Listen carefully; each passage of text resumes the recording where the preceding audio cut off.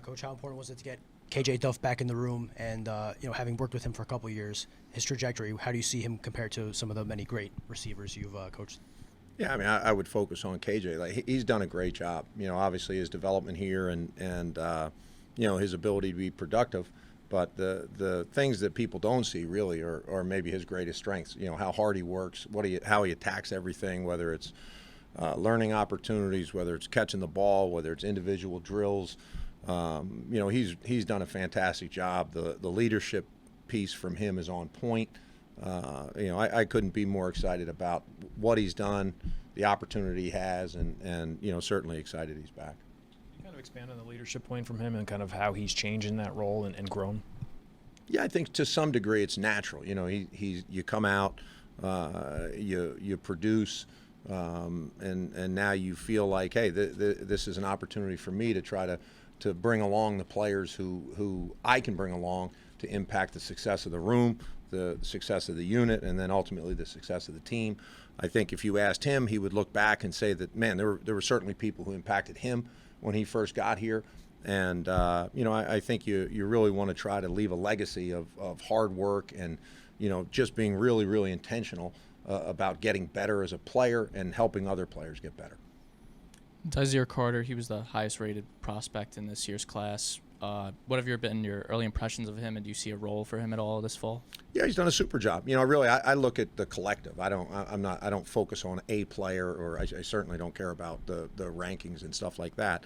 But he's done a really good job, as all the players have. We have a young receiver room, which is exciting. Those guys are working really, really hard. They've been productive. The mistakes they make, they correct. So there's a lot of things that as a coach you get really excited about what you see, the opportunities for growth, and as the players, they become more competitively tough mentally and physically, then you have an opportunity to take their game to a different level as you go through each phase of preparation, as you approach the season. Coach, you just touched on it, but after KJ, that collective doesn't have a whole lot of experience. Where are they in the progression to getting ready for week one, and have you seen consistent growth throughout the spring? Oh yeah, no, I'm excited. Again, I don't I think that's a kind of an interesting thing. I think when you play and you have your opportunities and you make the most of them, that's where the production comes from. So, as I look at it, a guy who hasn't played that much, well, just by being natural, he's not going to have as much production.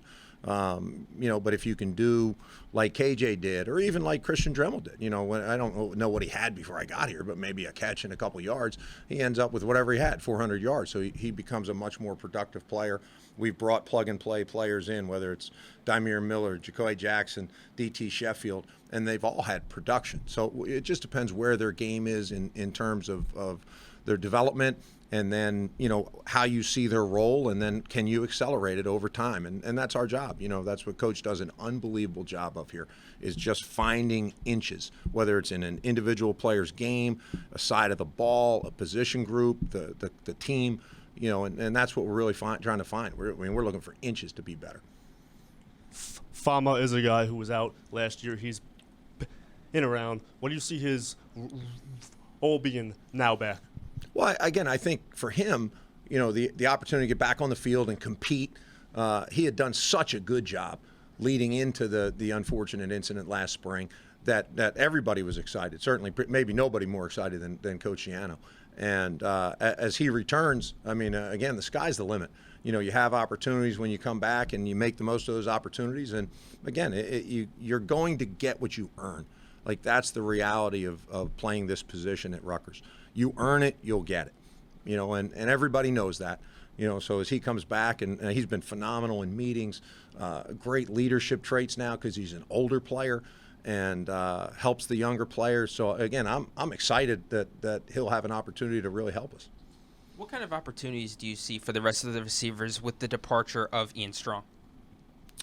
Again, it's like anything. You're going to have three guys out there when we're in 11 personnel, and the opportunities come. Kirk does a great job at devising the game plan and giving players opportunities, and the progression may take it to a certain player. And I think that they've done a great job. I think Coach Shiano even mentioned that earlier on, that he's excited about the young players. Again, for me, I don't really look at the the age of a player as something that's defining. I look at, the competitive toughness and the competitive mentality the player has, and can he go out there and be successful? And, I believe they can. I think we'll have, in my mind, more depth this year than we did last year. Talking about some of the young guys, the 4 second-year guys coming in after freshman years last year, they flashed on the field and dealt with some injuries. How important was it to get them on the field early last year, and where are they in their development?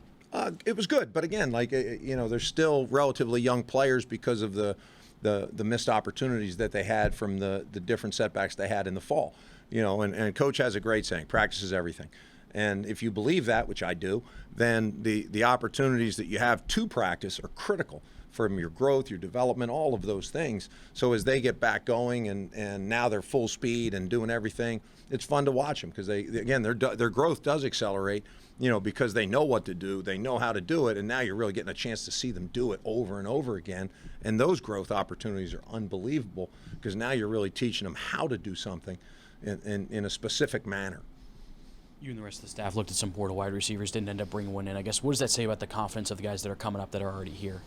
Yeah, again, Coach always has a plan, and we try to follow that plan to the exact letter of the law that he gives us. And again, I'm extremely I don't lack for confidence. Time for 2 more. What have you seen from Jordan Houston? He flashed a bit last spring, and where's his development now and chance to make an impact this fall? Yeah, we're certainly hoping they all do, but Jordan specifically, he's done a great job. He's a bigger guy. He's got a lot of suddenness. He's got a lot of body quickness. He's a really good competitor, really smart player. So again, he's everything I think we thought he would be when we brought him here, and now you have a chance to kind of see it develop in front of your own eyes. So we're excited about him and what he has the opportunity to do. Final question. You guys have developed and played some guys young, whether that's Ian Strong or KJ Duff and others. How much of that is the identifying kids in recruiting that you guys are really good at, or how much of that is the work that you and guys that worked with you like John Perry and John McNulty have done to develop these guys quicker than maybe people expected? Well, yeah. Again, I think I've said that to you in the past. I think one of the things Coach does that's elite among many is he gives you the opportunity to have as a position coach to kind of have a collective staff around you that is going to benefit the development of the players. All the guys you mentioned, Jeff Carpenter's here now. He's doing an incredible job. The players benefit so much from that. It frees up time to do different things, whether it was a specific thing with a specific player, maybe a position group, maybe the collective. I can do some things that are different while he's doing it.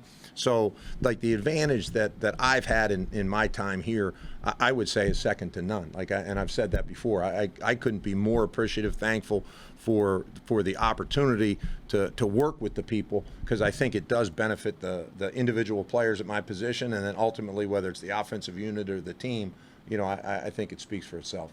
Thanks, Coach. Appreciate you, fellas.